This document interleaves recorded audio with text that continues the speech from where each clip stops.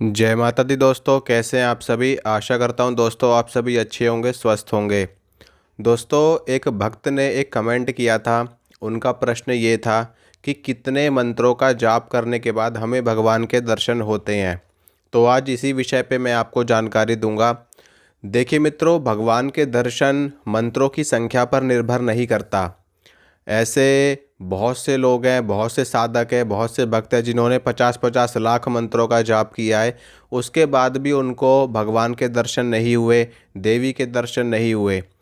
भगवान के दर्शन या माँ जगदम्बा के दर्शन मंत्रों की संख्या पर निर्भर नहीं करता।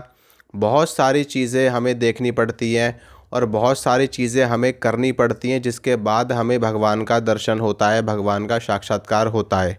सबसे पहली चीज़ तो ये है कि अगर आपके मन में भगवान के दर्शन करने की इच्छा है, तो सबसे पहले तो आपको ब्रह्मचर्य का पालन करना शुरू करना पड़ेगा।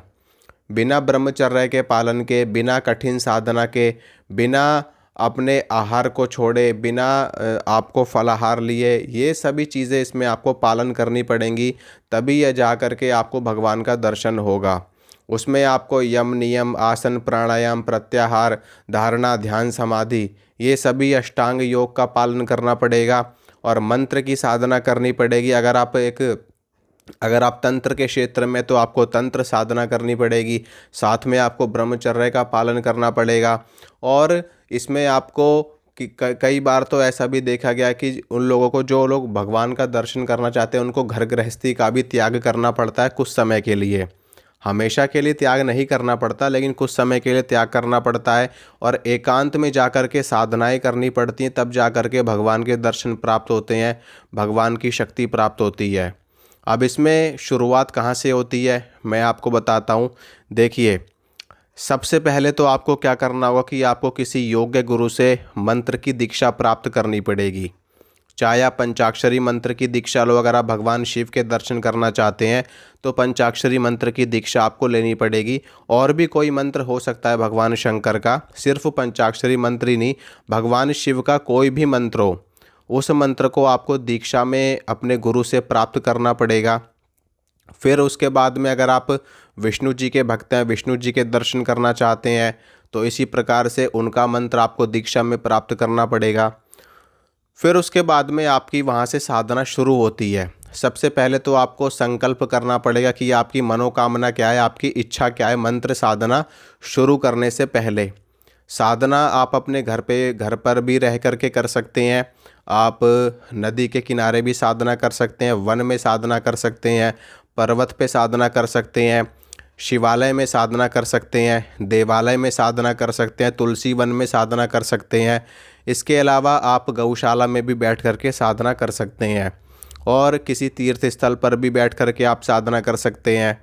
इसमें चुनाव आपका है, जहाँ पर आपको साधना करने में सबसे ज़्यादा मन लगे, जहाँ पर आपको कोई डिस्टर्ब ना करे, कोई परेशान ना करे, साधना में कोई विघ्न ना डाले, और जिस स्थान पर बैठ करके आपकी रुचि साधना में और भी ज़्यादा बढ़े, जहाँ पर बैठ करके आपका उच्चाटन हो जाए मंत्र साधना से, ऐसी जगह पर आपको नहीं बैठना है। एकदम शांत स्वभाव होकर के शांत माहौल में आपको बैठना है और तब आपको मंत्र साधना शुरू करनी है। अब सबसे पहले यहाँ पर आपको क्या चीज़ करने की ज़रूरत होती है। देखिए, सबसे पहले तो आपको अपना आहार शुद्ध करना होता है।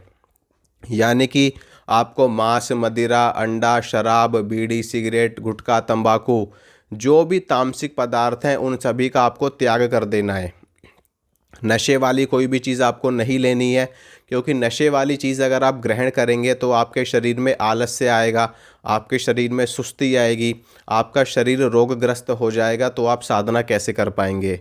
तो सभी नशीली चीज़ों को त्याग देना है आपको। उसके बाद भोजन आपका कैसा रहेगा, भोजन आपका बिल्कुल शुद्ध शाकाहारी और सात्विक भोजन, और वो भी आपका ताज़ा बना हुआ भोजन होना चाहिए। ऐसा नहीं है कि आप सुबह का बना हुआ भोजन आप शाम को ले रहे हो या रात को ले रहे हो। 3 घंटे के बाद का भोजन तामसिक माना जाता है। तो आपको ताज़ा ताज़ा बनाना है और ताज़ा ताज़ा अपना भोजन ग्रहण करना है। और भोजन आप जो भी पकाओगे या जो भी आपके घर की महिला पकाएंगी, उसमें प्याज लहसुन का प्रयोग नहीं होना चाहिए। बिल्कुल जीरे में, टमाटर में बना करके आप उस भोजन को ग्रहण करोगे। आप इसमें मूंग की दाल की खिचड़ी ले सकते हो, और आप इसमें रोटी भी खा सकते हो और चावल भी खा सकते हो, कुछ भी खाओ लेकिन सात्विक होना चाहिए। और भोजन कितना लेना है ये भी आपको ध्यान रखना है। आपको भोजन हमेशा पेट भर के ठूस ठूस कर नहीं खाना है कि आपको साधना में आलस्य आए, आपको निद्रा आए।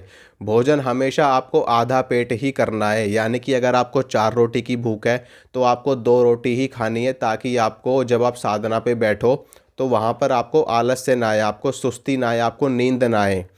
अक्सर आपने देखा होगा कि जब भी आप भर पेट खाना खा लेते तो उसके बाद आपको नींद आने लगती है, आलस्य आने लगता है। और दूसरे स्थान पर देखा जाता है कि अगर आपके पेट में कुछ नहीं है, आपका पेट बिल्कुल खाली है, तो आपको ना तो सुस्ती आएगी ना आपको नींद आएगी, और आपका ब्रेन भी हमेशा एक्टिव रहता है।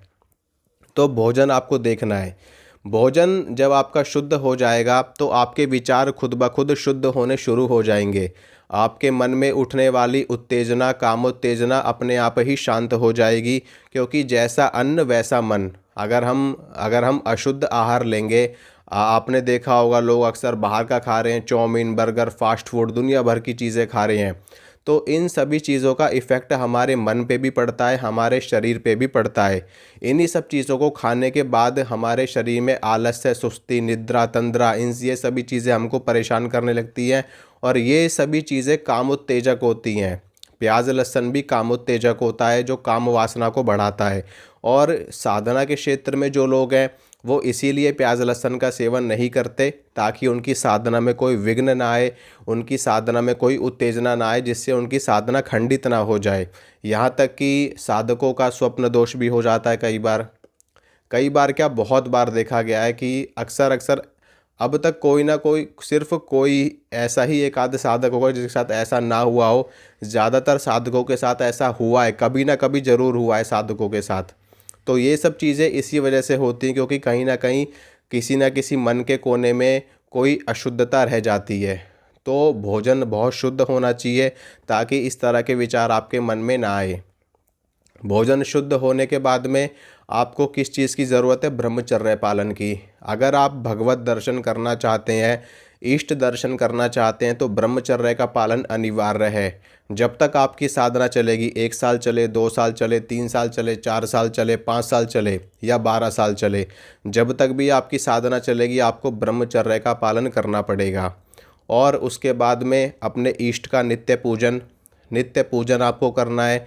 धूप दीप भोग प्रसाद उनको अर्पित करना है।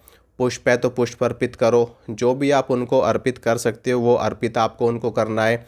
और मंत्र का जप, जिस प्रकार से आपके आचार्य ने, आपके गुरु ने आपको बताया है मंत्र का जप करना, आपको वैसे ही करना है। उदाहरण के तौर पे मैं आपको बता देता हूँ, जैसे कि पंचाक्षरी मंत्र है ओम नमः शिवाय, तो इस मंत्र का जप रुद्राक्ष की माला पे श्रेष्ठ माना जाता है, तो रुद्राक्ष की माला पे जप होगा। अगर आप विष्णु जी के मंत्र का जप कर रहे हैं तो तुलसी की माला या फिर कमलगट्टे की माला पे आपको जप करना है। देवी के मंत्र का जप कर रहे हैं तो तुलसी की माला भी चल जाती है, और रुद्राक्ष की माला भी चल जाती है, और कमलगट्टे की माला भी चल जाती है। ठीक है। अब जब आप जप कर लोगे तो जप करने के बाद आपको दशांश हवन करना होगा। अगर आप नित्य हवन करें तो बहुत ज़्यादा श्रेष्ठ है। अगर आप नित्य हवन नहीं कर सकते तो सप्ताह में या फिर 1 महीने में आपको हवन करना अति आवश्यक है। महीने में, माह में एक बार आपको ज़रूर हवन करना है। और अपना अनुष्ठान आपको शुक्ल पक्ष में ही शुरू करना है, कृष्ण पक्ष में शुरू नहीं करना। शुक्ल पक्ष में जो भी तिथि, जो भी नक्षत्र आपको सूट करता है, अपने देवता के हिसाब से, अपने इष्ट के हिसाब से वो दिन आपको चुन लेना है, और उस दिन से आपको संकल्प लेकर के अपनी साधना शुरू कर देनी है। जो आपका साधना स्थल है वो शुद्ध होना चाहिए, पवित्र होना चाहिए, अपने इष्ट का नित्य पूजन वहाँ पर होना चाहिए। और मंत्र जप के बाद में आपको अपने इष्ट का भजन कीर्तन अवश्य करना है। थोड़ी देर मंत्र साधना कर ली, यज्ञ कर लिया, हवन कर लिया, उसके बाद में आरती कर ली, और फिर थोड़ी देर उनके भजन आपको ज़रूर गाने हैं, उनकी स्तुति करनी है। कीर्तन अगर आप कर सकते तो अति अवश्य, बहुत उत्तम है। अगर नहीं कर सकते तो आप उनके उनके जो पुराण है, उनके जो शास्त्र हैं, उनके जो अष्टोत्तर शतनाम है, उनका पाठ आपको अवश्य करना चाहिए। जैसे कि देवी भागवत महापुराण है, विष्णु पुराण है, शिव पुराण है, उनका पाठ आपको करना चाहिए। उनके चरित्र उनको सुनाने चाहिए। उन्होंने जो भी असुरों का संहार किया है, दैत्यों का नाश किया है, उनका चरित्र, उनका पराक्रम उनको सुनाना चाहिए। तो इससे देवी देवता अति प्रसन्न होते हैं। बीच बीच में अपने गुरु का आशीर्वाद आपको लेते रहना चाहिए और अपनी साधना में मन लगा करके अपनी साधना करनी चाहिए। ब्रह्मचर्य का पालन बहुत ही ज़्यादा अनिवार्य होता है और अपने इष्ट पे पूर्ण विश्वास आपको होना चाहिए, अपने मंत्र पे आपको पूर्ण विश्वास होना चाहिए और संख्या आपको करनी है। जैसे कि मान लीजिए कि पंचाक्षरी मंत्र है तो इसका जो पुरस्चरण है वो 5 लाख का होता है, तो एक पुरस्चरण पे भी आपको भगवान के दर्शन हो सकते हैं। हो सकता है आपको ज़्यादा करने पड़ जाएं, आपको 2 पुरस्चरण करना पड़े, आपको 3 पुरस्चरण करना पड़े, आपको 4 पुरस्चरण करना पड़े, तो वो सब संख्या पर निर्भर नहीं करता, आपको बस जपते रहना है। जपात सिद्धि जपात सिद्धि जपात सिद्धि न संशय। आपको मंत्र जपते रहना है, धीरे धीरे आपका मंत्र खुद ब खुद सिद्ध हो जाएगा और जब मंत्र सिद्ध हो गया तो समझो देवता सिद्ध हो गया, क्योंकि मंत्र देवी देवताओं का ही स्वरूप होता है। देवी देवताओं का शाब्दिक स्वरूप ही मंत्र होता है, तो मंत्र सिद्ध तो समझो देवता सिद्ध। यहाँ पर आपको इसी चीज़ का ध्यान रखना है कि मंत्र जपते रहना है, लेकिन जो नियम है उन नियमों के साथ में। ऐसा नहीं है कि आप ब्रह्मचर्य तोड़ रहे हो, आप उल्टा सीधा खा रहे हो, आप गाली गलौज कर रहे हो, आप गुस्सा कर रहे हो, तो आपको भगवान का दर्शन कभी नहीं होगा। ये सभी गलतियाँ आपको नहीं करनी है। धीरे धीरे करके आपके जितने भी पाप कर्म है वो उन सभी का नाश हो जाएगा, आपके पुण्य कर्म जागृत हो जाएंगे और जब पुण्य कर्म जागृत हो जाएंगे तो आपको भगवान का दर्शन भी सुलभ हो जाएगा और बहुत ही जल्दी हो जाएगा। जो भी अनुभव आपको होते हैं वो अनुभव आप किसी से नहीं बताएंगे, ना सिर्फ और सिर्फ अपने गुरु को छोड़ करके अपने अनुभव किसी को नहीं बताना चाहिए, अपने परिवार के लोगों को भी नहीं बताना चाहिए। ठीक है, फिर भी अगर आप अनुभव अपना बता सकते तो सिर्फ और सिर्फ अपनी पत्नी को, या फिर अगर महिला है तो महिला अपने पति को ये अनुभव बता सकती है। बाकी माता पिता और बच्चों से अनुभव नहीं बताने चाहिए, नहीं तो देवी देवता आगे से अनुभव करवाना बंद कर देते हैं। ठीक है, और भूमि शयन आपको करना है और नित्य पूजन तो आपको करना ही है। यही सब सबसे मुख्य नियम यही होते हैं। इसके अलावा छोटी छोटी चीज़ें आपको पता ही है, धूप दीप पुष्पमाला ये सभी चीज़ें आपको करनी ही करनी है। इन नियमों के साथ में अगर आप साधना करते हैं और अपना मन लगा करके साधना करते हैं तो आपको भगवान के दर्शन जरूर होते हैं।